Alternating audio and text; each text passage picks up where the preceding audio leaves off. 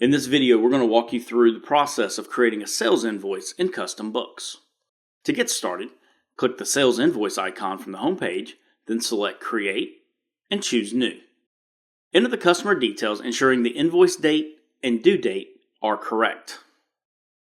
Double check the payment terms, and for the invoice number, you can either enter it manually or let CustomBooks generate it automatically. Next, click Add to add the items to the sales invoice. Enter the number invoiced and ensure the price per item is correct. Before saving, take a moment to review the details using the available tabs. On the Accounting tab, you are able to see the accounts receivable account this invoice will be posted to, and change the account if needed. Finally, before you save the invoice, ensure that you have the correct tax code on the Sales Tax tab. Once everything looks good, click Save to finalize the invoice. That's it. You've successfully created a sales invoice in CustomBooks. Thank you for watching.